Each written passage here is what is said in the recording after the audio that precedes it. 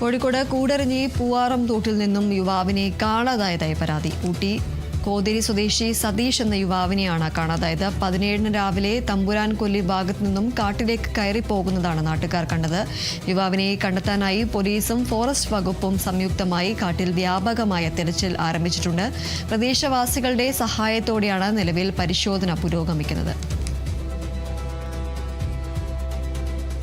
കോഴിക്കോട് കൂടരഞ്ഞിൽ നിന്നുമാണ് യുവാവിനെ കാണാതായതായി പരാതി ഉയർന്നത്. കൂടരഞ്ഞി പൂവാറം തോട്ടിൽ നിന്നുമാണ് ഇത്തരത്തിൽ യുവാവിനെ കാണാതായ പരാതി ഉയരുന്നത്.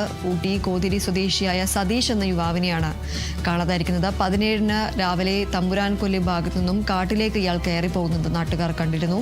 യുവാവിനെ കണ്ടെത്താനായി പോലീസും ഫോറസ്റ്റ് വകുപ്പും സംയുക്തമായി കാട്ടിൽ തെരച്ചിൽ ആരംഭിച്ചിട്ടുണ്ട്. പ്രദേശവാസികളുടെ സഹായത്തോടെയാണ് നിലവിൽ പരിശോധന പുരോഗമിക്കുന്നത്.